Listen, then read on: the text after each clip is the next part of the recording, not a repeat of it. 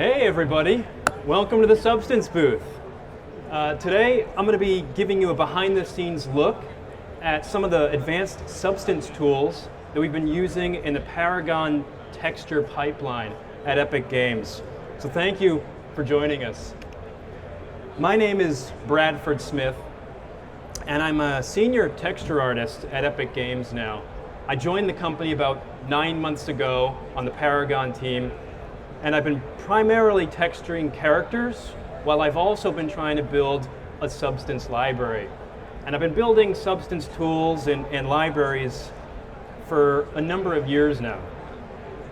And if we've got some time, I think we will at the end of the demo, I'm going to show you how easy it is to create some of your own custom painter tools inside of Designer. So let's see a show of hands. Actually, how many people have played Paragon? I see a few hands, that's good. Okay, how many people like MOBAs? Okay, you're definitely going to want to check out Paragon. Now, how many people like action games and shooters? Okay, some good hands too. Well, let me tell you about Paragon. So Paragon is Epic Games' new MOBA. Now, but it's also very action-oriented, third-person control. If you're new to MOBAs, you can get in and have fun. I'll be honest, I don't know a lot about MOBAs, but I can get in and have a lot of fun with my friends. So it's got the deep strategy, but it's also just a lot of fun. We are in beta right now, and we do regular weekly updates, and we also release new heroes every 3 weeks. And then we're also frequently updating those heroes with various skins as well. It's also free to play, so check it out. I guarantee you'll have a lot of fun. Now, before we get into too much detail, I want to introduce you to a character that's near and dear to my heart, and this is Crunch. Now, a lot of the Substance tools that I'm going to show you were developed specifically for this character, but these tools also have universal application that all the other artists can use now. So, he was my first character on Paragon, but he was also the most technically demanding. Let's check him out in his hero release trailer.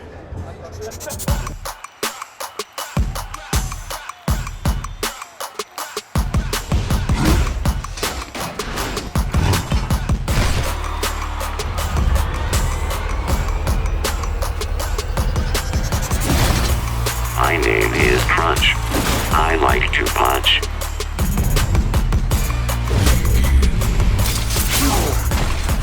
Okay, here we go. Bye-bye.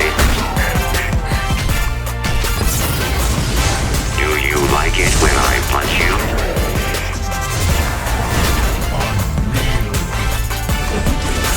Crunch, punch. Time to punch.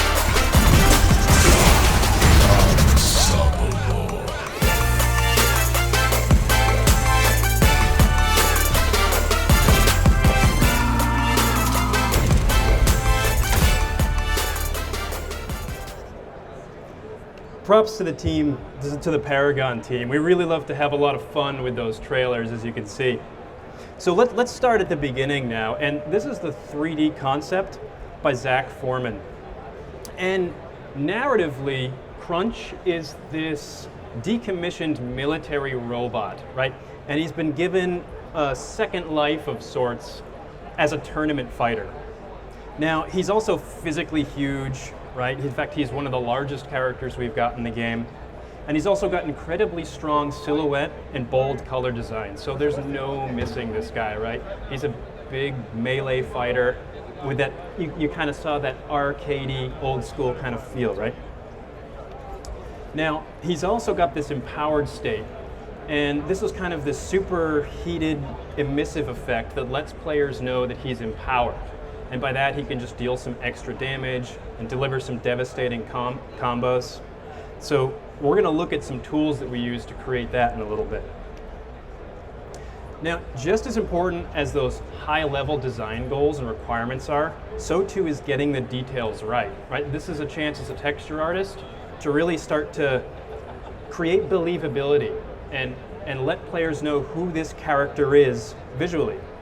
So of course, we were looking at a lot of aging junkyard metals to really pick up on that second life narrative. And we wanted a rich, layered history reflected in his paint as well, because he's got years of coatings and paintings and repurposing. And of course, he's got his gameplay state here that lets players know that he's ready to deal some damage. And to complement that and support the believability of that effect, we've got a corresponding tempering color. We're also going to look at this a little bit later too.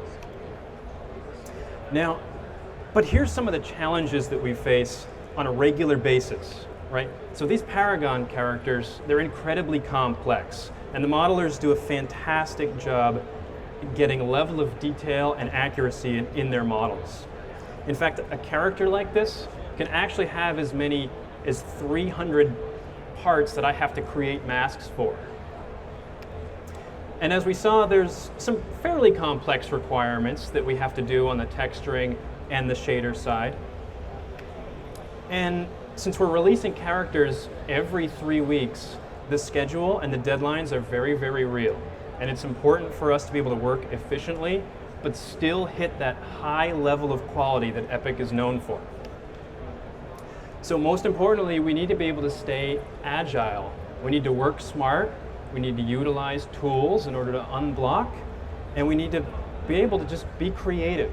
Most of our time as artists should be spent creating awesome work and not being burdened by the technical bits. Now we also, once we finish the default character, have to create a number of skins and variations that have to be just as awesome as the default character.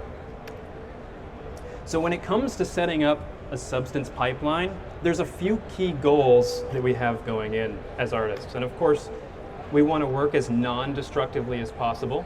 Substance just does that, right? So easy win for us. And when we're building tools, we like to follow just a very simple in, complex result out. So for example, I might just want to paint a grayscale channel of how old something is, and the materials just react. They might rust or age or a number of complex things that we'll see later. But it's about being creative. It's about experimenting and just seeing what happens and what's awesome, right?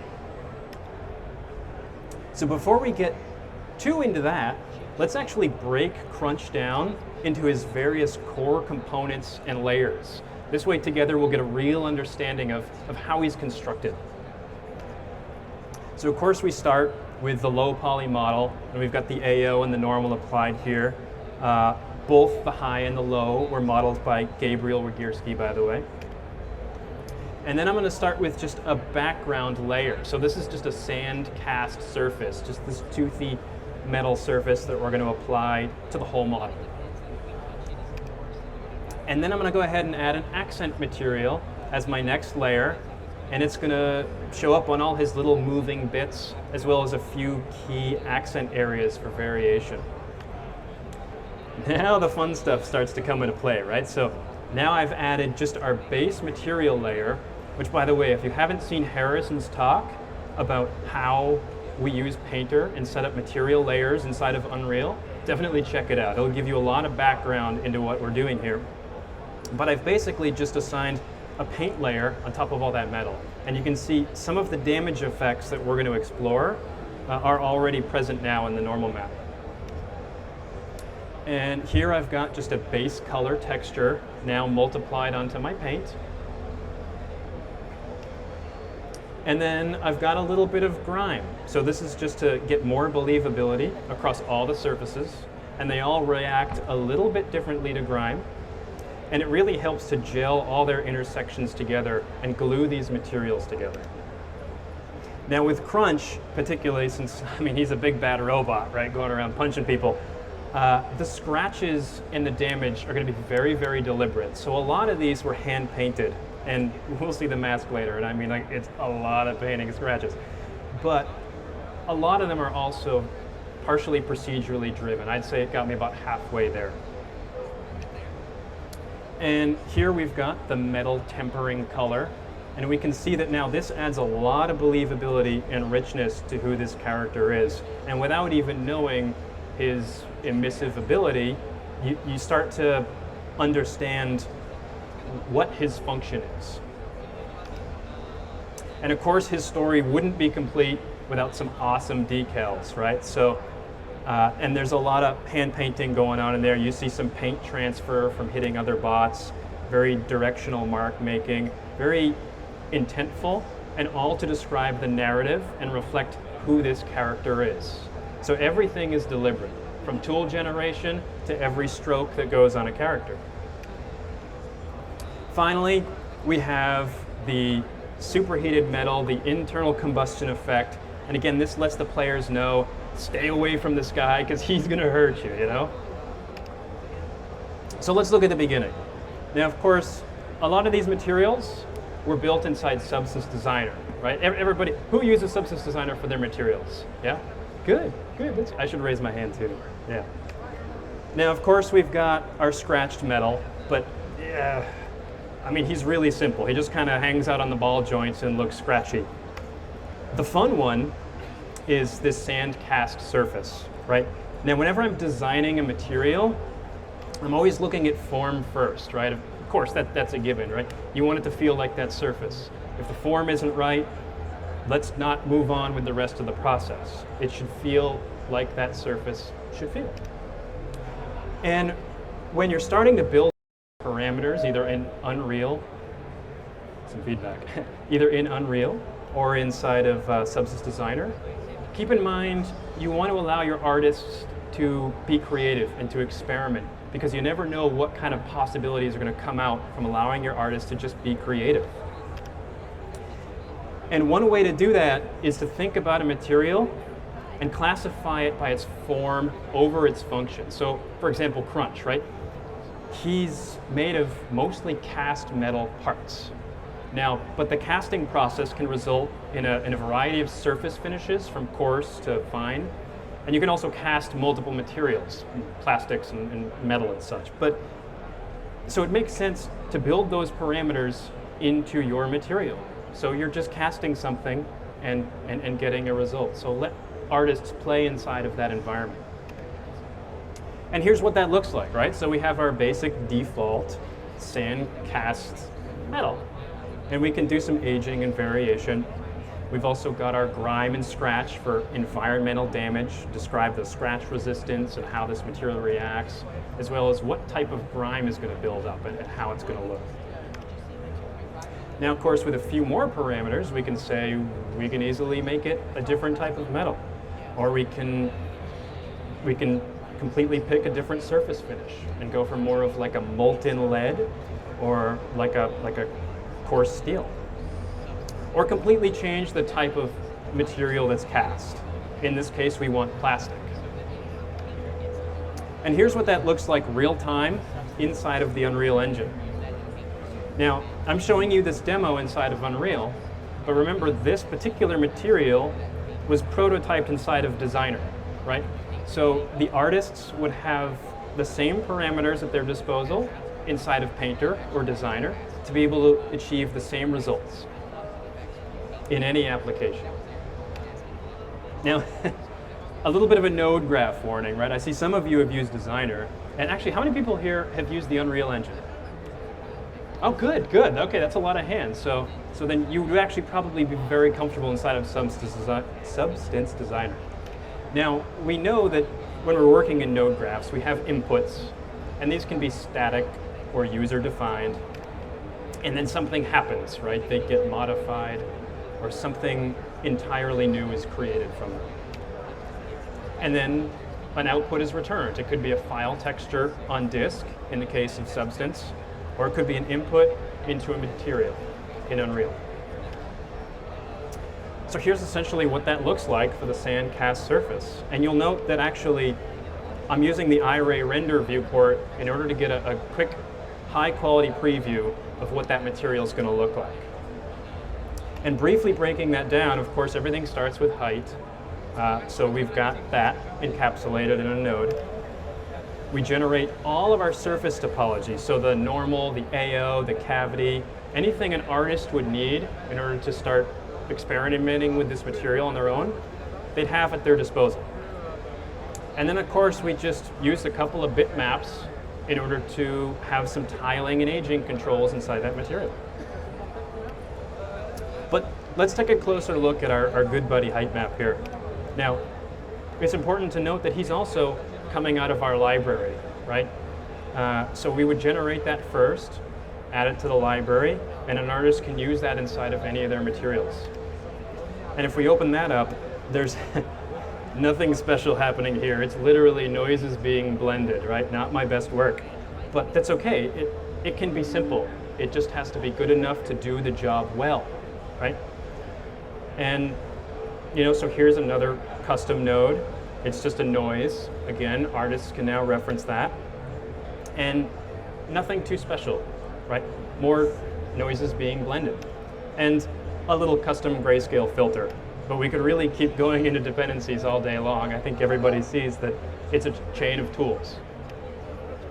Now this is really important for us, right? Because the takeaway here is that every task is an opportunity to add value to the library, whether it's your own workflow in your own library, or whether you're help lifting up your team, or even your entire studio. So from that one kind of seemingly small and insignificant task, but actually very significant for Crunch, right? Because we can't make him out of jelly. That'd be weird. But now we have a library material for both Designer and Painter and Unreal. And we've also got a height map in the library, as well as a noise and a grayscale filter. And that's actually a big win for the team because we're still relatively small, right? So it's important for all the texture artists to work as efficiently as possible and ultimately to achieve awesome looking characters. And our priority at Epic is to always ship great work first, right? So do what you got to do to make the character awesome. Now, what that means for the Substance pipeline is it's very much on demand. And like I said, every task is an opportunity to add that value. And it definitely serves to unblock the problems in front of us. So I was developing tools for Crunch, but now other artists are able to use those tools and improve their work.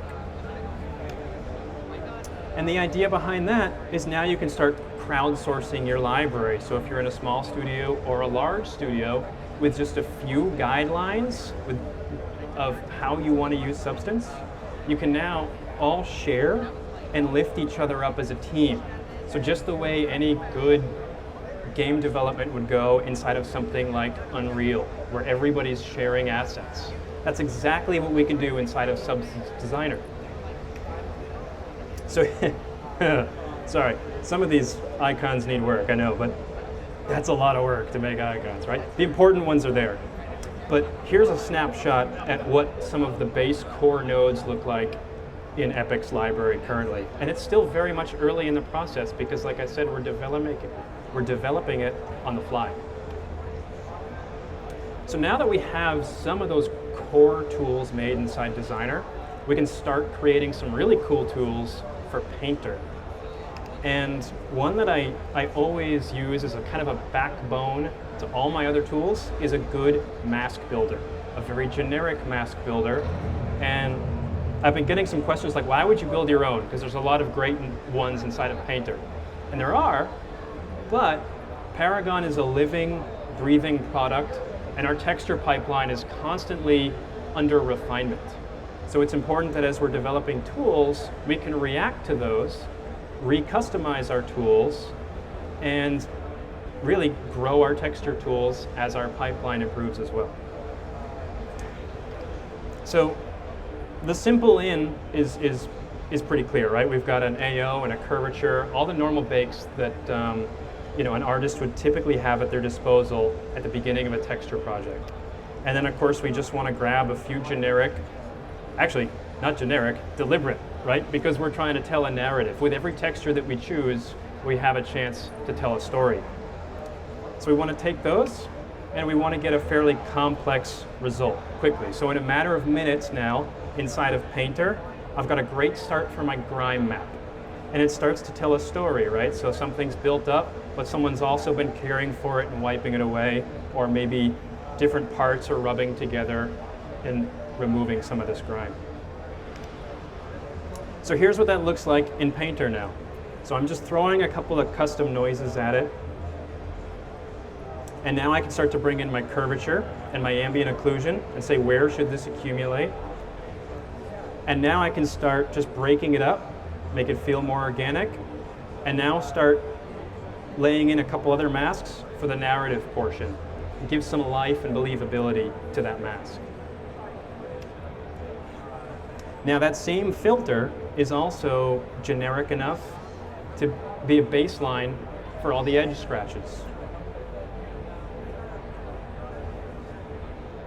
And then of course I would go in and I would hand paint scratches on top of that. So let's take a look real quick at how we set that filter up. Now, there's a lot of nodes here, but don't let that intimidate you. In fact, those are all just administration, switches, options, projections, lions and tigers and bears, right? The important bits are going to be the mask inputs here, as well as the mesh inputs. And then a pretty standard threshold blend, right? Nothing very new. But the meat and potatoes from this tool comes from these two specific nodes that tell how the mesh inputs respond to the mask inputs and vice versa. Now, those are also, as you probably guessed, what I'm calling constructor nodes. So an artist can now take those nodes from the library, they can create their own painter filter or mask builder, and if they so choose. And those tools also come pre-packaged with some parameters. This way, whoever makes any painter tools from those constructors, it's the same user experience, right? So you've now got the same sliders and control that you're accustomed to in one tool available inside of another. So what we're seeing so far now is that, so we know that Designer is great for quickly creating high quality materials, but is equally important, and maybe more important for Paragon, is that it's an integral part of customizing our painter workflow. And Harrison does a great job at demonstrating that in a talk a little bit later. And as we saw, we're using that to create some of our core tool nodes, right? So we're saving those as SBS tools. We're sending them into our library and in turn creating more advanced tools. And then some of those tools we can save as SBSAR files. Basically, those are just painter compatible files. Those go into a painter library, and artists can now reference those inside of Painter. Now this is where things start to really heat up. I love this guy, right? This is pretty hot. So, I know, okay, I'm not the best at making jokes. Harrison will tell you, he sits next to me and all the time, there's another Brad joke. But okay.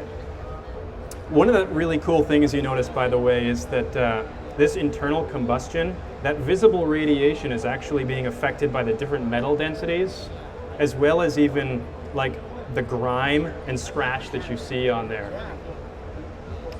Now, if we turn that off, we can see the resulting temper color. And this is a result of that superheated metal. And if we turn that off, you see exactly how much that was contributing to his final look. And it was also supporting that visual effect that the players need in order to know what state he's in. So it makes it look awesome, and it grounds that visual effect in reality. Now, before I show more cool art, it's important to talk about user channels, right? Now, we use user channels to export a lot of data out of Painter, but what we can also start doing is to use user channels in order to standardize inputs into our filters and into our materials. So for instance, like I said earlier, I just want to paint a simple grayscale map of age, and then I want that material to respond in kind. I'll also note too that there's a garbage user channel here. That's just a catch-all.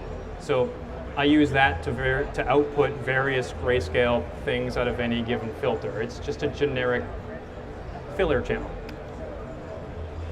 All right, so back to the temper color. What is metal tempering? Well, it's simply the process of heating a hardened metal, which results in a very, very deliberate color. It's a thin film oxide that forms on the metallic surface and turns a discrete color at that temperature. Now, as an artist, that's going to be a fairly complex gradient to paint by hand. Plus, it just doesn't sound fun, right? I mean, but more importantly, if that model changes, which actually Crunch did change partially through the texture development. So it's important we're able to respond to those types of changes in real time. If I have to repaint that mask like I did, it's much easier to just repaint a simple edge than it is a complex gradient. And that type of simple in, complex out theme is going to be carried through all the other tools. And here's what that really complex filter looks like, right? Heat in and temper color out. But of course, that's a library tool, so now anybody can use that in their other tools. But really, let's be honest, it's just a color gradient, right? There's some other stuff that if you want to preserve luminosity, it might be more technically correct, maintain the reflectance of that base metal, but fancy pants stuff aside, it's a color gradient, same stuff we've been doing for a long time. But here's the point I want to make with that, right?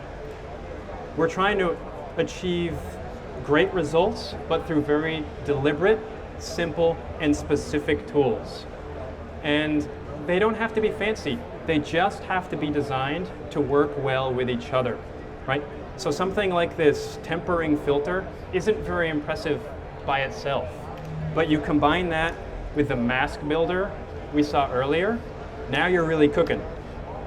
And here's what that looks like inside Painter, right? So I can apply my tempering filter, and here's our good buddy mask builder again. And you can see I'm already off to a great start. I've got something that looks believable. And now I can just give it a little bit of noise, make it feel organic, and finally paint where I want more or less of that effect. The artist input is always crucial. Any tool, any process, you absolutely have to get that artist input in there. And so here's what that looks like now on Crunch's back. You see, he's got an awful lot of boosters, right? So we turn that off, and now we see again that superheated effect is sold through all of that tempering color. And it's all over this guy, so that filter got used heavily. And now for something a little more complex, but super, super awesome, right? So this is going to be the blistering paint. Now returning back to narrative, for the default skin here, we went a little less junkyardy. We wanted this like new high-end car paint kind of look.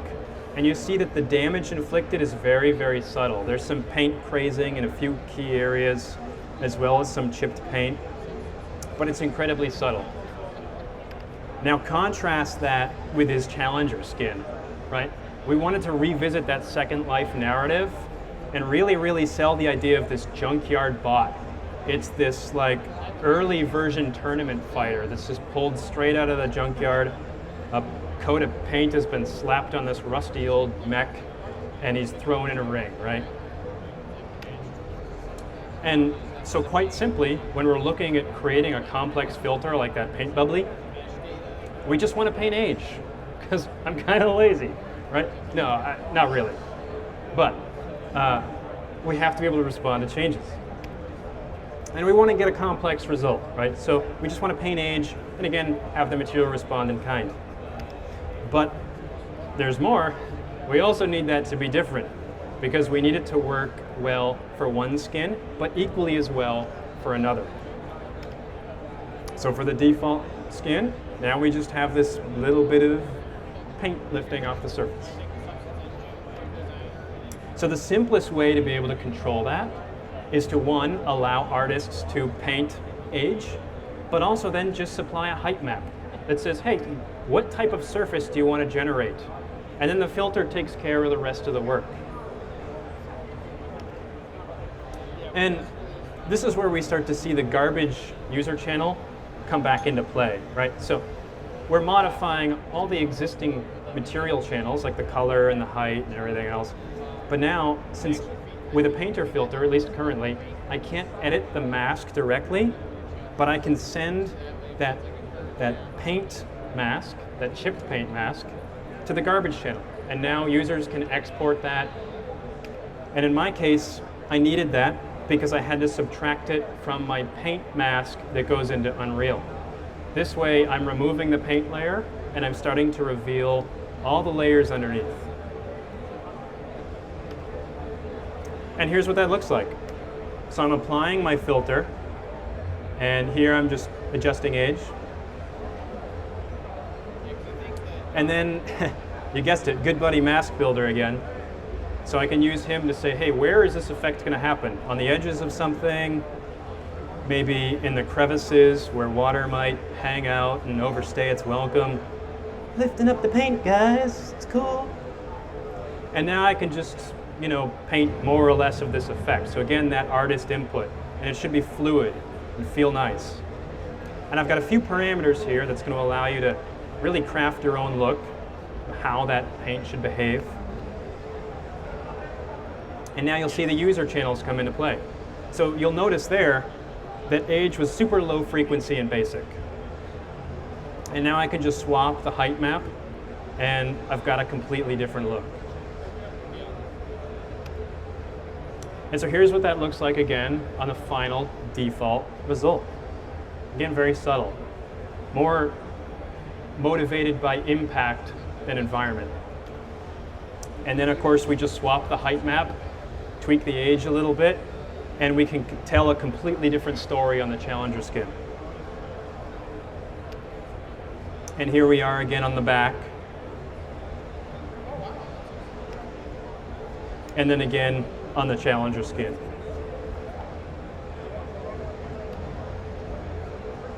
Bye, Crunch. It's good to see you, buddy. But yeah, so there's another task that I think is a good example of how Unreal and Substance can actually complement one another really, really well, right? Now, for the winter holiday last year, we like to have a lot of fun with these holiday skins. If I see some heads shaking. Yeah, they're good stuff, right? You enjoyed it? Good. All right. So we kind of wanted this like ugly sweater vibe, and we also wanted snow building up on the characters. And so of course we made some procedural materials inside of Designer, right? Nobody wants to go outside in a snowstorm without their thermal leggings, right? Although maybe Harrison, I think he's in flip-flops right now. This is my personal favorite actually, warm and fuzzy, because who doesn't love parallax occlusion mapping, right? I could sit and spin around this material for hours. But most importantly, we've got our winter frost, right? Because we're going to need to build this up as a material layer. Now, but here's what I really want to focus on, again, is how these two applications can complement one another. We know that both of them have these atomic node-based workflows, right?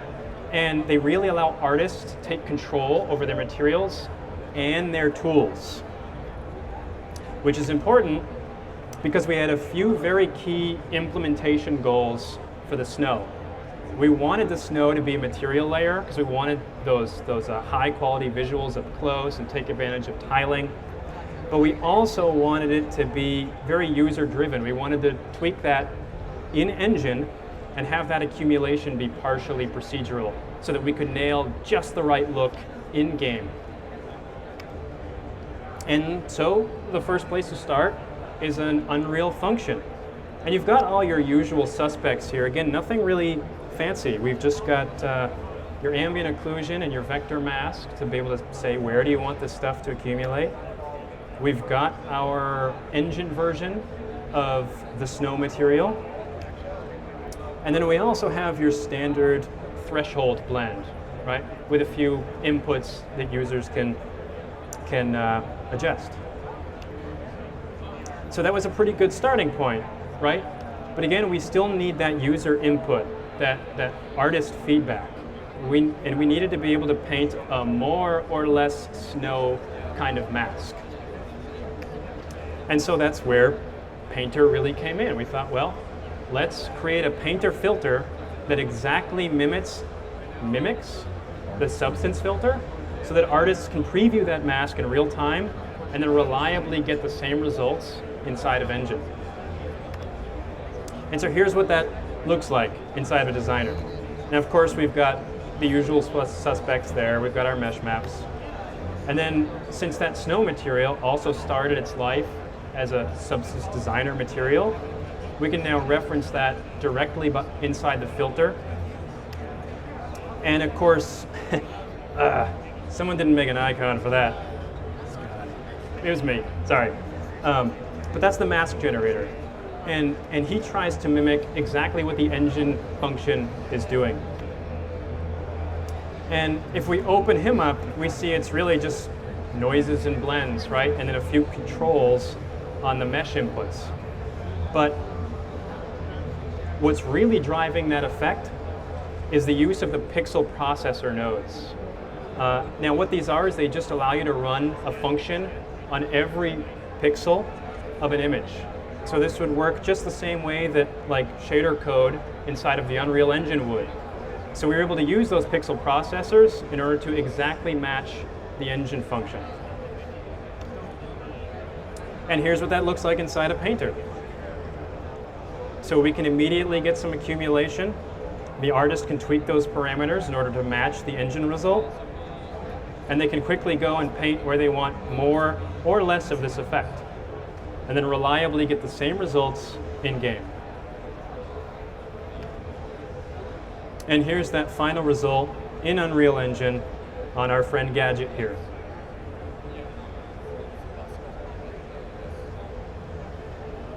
She must be cold.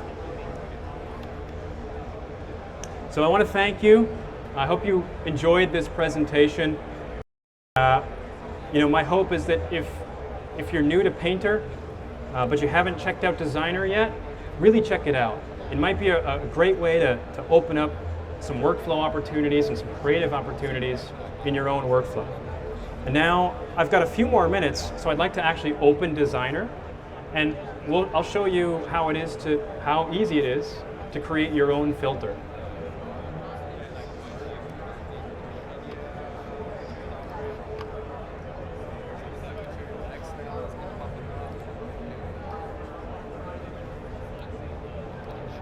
All right. So here you can actually see, I'll give you a little tour first here. So here you can start to see, early on, it was important to start to develop the classes of nodes that you're going to be working with. And you see there aren't too many in here right now. And again, that's because we're developing this on the fly. So I expect this library to grow over the next year or two, and it'll be very deliberate. Now, if we go ahead and open up our Sandcast Metal first, I'm going to show you something that I do personally in order to organize my substance materials. I'll go ahead and create a new substance really quick. By the way, actually, does everybody who uses templates? Nobody? Oh, wait, a couple. Okay, check it out. So templates are actually really, really awesome, right? If I go to the Epic Studio project, I can create a new material. And essentially what this is it's a preset. So if I create that new Unreal Engine preset, now there's a lot of things it's done for me right away. There's a lot of common nodes already in here. So an artist can just come in here and drop in a height map, and then everything else is generated right away. So within seconds, I've got everything I need, my curvature, my cavity, my AO.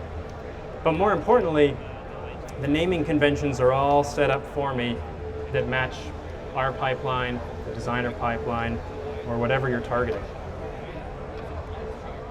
Now, looking at the original package for this, I've got my source material here that we saw earlier, and he's set up very specifically and in a way to work well inside of Designer. And you notice that if we take a look at the attributes over here, we're seeing him in the library, but we're not cooking him. And by that I mean we're not creating the Painter version or the SPSAR version. I'm actually doing that inside of this next graph inside the same package. So here is the material we just saw, and it's got a few controls built in, like the histogram range. That's a common one you're going to want to use in Painter. So this allows me to have a Designer version of the material, also now have a Painter version of the material. And then in this graph, you see I'm just picking a few channels, and I've set up an export preset for Unreal Engine.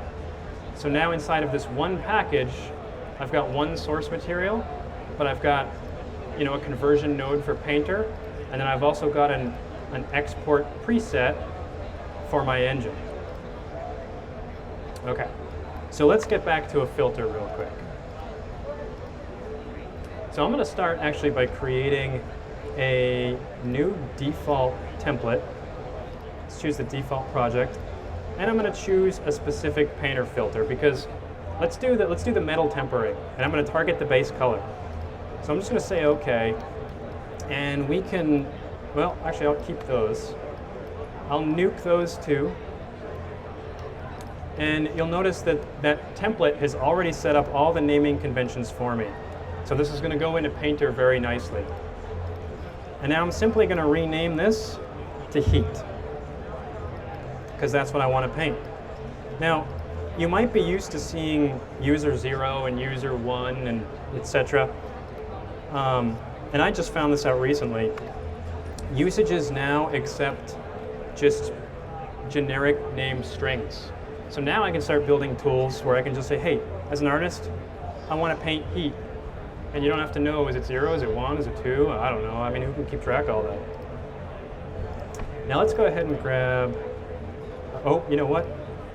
Before I forget, we should do that to the output as well. There we go. Heat, heat, heat. Heat, heat, heat. See, I should have had a template for that, right? Okay. So let's actually, I'll open up the complex one, but let's just grab the simple one for now. What this guy is again simply just a color gradient preset, right? Nothing fancy going on at all in that. Now if we look at this guy in contrast, nope, not that one. This one, you see there's a number of different tempering scales in here that the user can pick.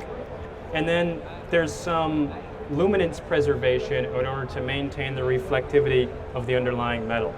But I'm going to go ahead and demo just the baby version of this today. Now when you're setting up tools, it's a good idea to have package resource icons. Now I'm going to close these just to get them, no. I'm going to pull up a small icon here, and I'm going to drag that into my package. So let's link that. And I'm also going to turn off visibility in the library. That way it won't show up twice. It's just local to this package now. So what I can do is I can drag that into my heat now, and even though this is a dynamic user input, I have a good preview. So I can go ahead and stick that in there and generate my temper color. Now let's go ahead and just quite simply multiply that by whatever the incoming base color is. I'm also going to reset that.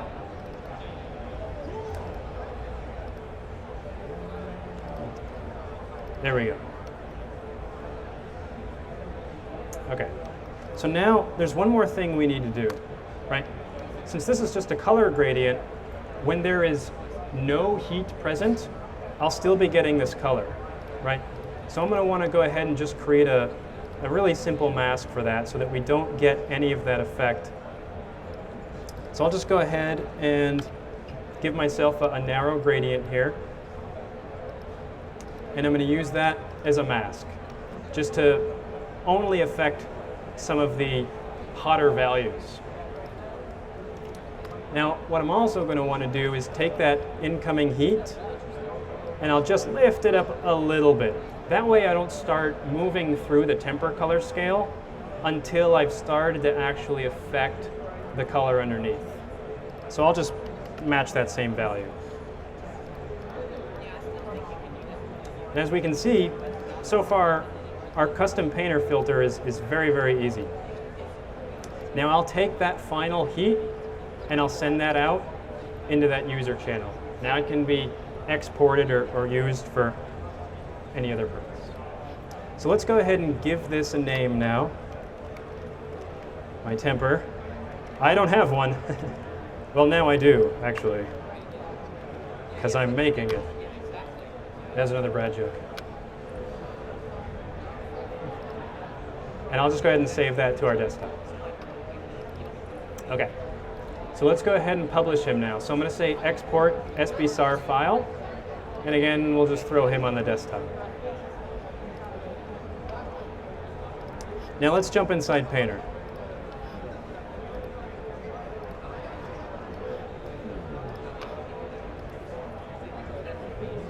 All right, we're gonna need some help from my good buddy here. Hey, buddy.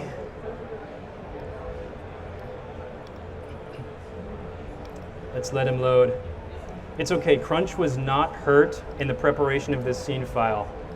His fists are here without the rest of his body, but he's a resilient guy. Now you'll notice that I've got the heat channel already present. And I'm not using 0, 1, 2, blah, blah, blah, blah. I'm just saying, hey, I'm an artist, I want to paint heat, right? Now we don't have to remember what actual index it's assigned to. So that's great. Now I'm going to go ahead and, well, let's leave this, let's set this up as just a base preview. So I'll just do a shiny metal. And now you can't see it because I'm off screen, but I'm dragging my temper material into one of these boxes. Which one would it be? This one. And, sorry, another Brad joke. And I'm going to classify this guy as a filter. I'm going to also bring him into current session, which, by the way, if you're developing your own painter tools, current session is going to allow you to continually re-import your latest SBSAR. That way, while you're testing and designing things, you can just re-import it and it'll update. So let's do that. And if you had an icon, you could apply it through here, set custom preview. But I'm going to go ahead and drag it into the layer stack. And now you see right away I've got a temper color. So I'm going to go ahead and call this guy base metal. And let's hope I did this right. Did I? Oh, I did. So good. Okay, so here's the heat. As I change heat, now I'm starting to get a different result. And I like to actually paint on a lower layer and let my filter kind of be alone and hang out. And here's why. I'm going to turn everything off. And now I can just flood heat with 1 or with white. Actually, shoot, I lost my metal. Let's do this. There we go. Now I've got a good preview. Okay, so I'm actually going to call this heat. There we go. Now we're cooking. So I'm going to set that to 1, and now I'm just going to add a mask. So now what I can do is I can start adding a fill, and I can go ahead and fill that with a mask, and nothing happens. Why, dude? Huh. That is interesting. I did it again. Oh, I think I know what I did. Yeah, that's what it is. Always watch your background layers, people. That was almost a catastrophic live demo. Whew. Okay, so I've gone ahead and set my heat at 0 down below, and now I can start to generate heat on this guy, and that filter reacts in kind. And then of course I can start doing whatever I want from there. Maybe start with just a little bit of heat overall, and then I can add a paint layer. Who can paint with a mouse, am I right? Although I knew a guy once that painted with a mouse, and he does awesome stuff, but I'm like, man, how do you paint with a mouse? Okay, so now I can start to say, where do I want more or less of that effect? So I hope that you saw that it's super easy to make your own painter filters, and well worth the investment. Whew, good talk. Thank you all very much. On behalf of the whole Paragon team, thank you for attending this, and hope you had a good time. And if you haven't seen Harrison's talk at 3 p.m., please stop by. He's a good guy. Thank you.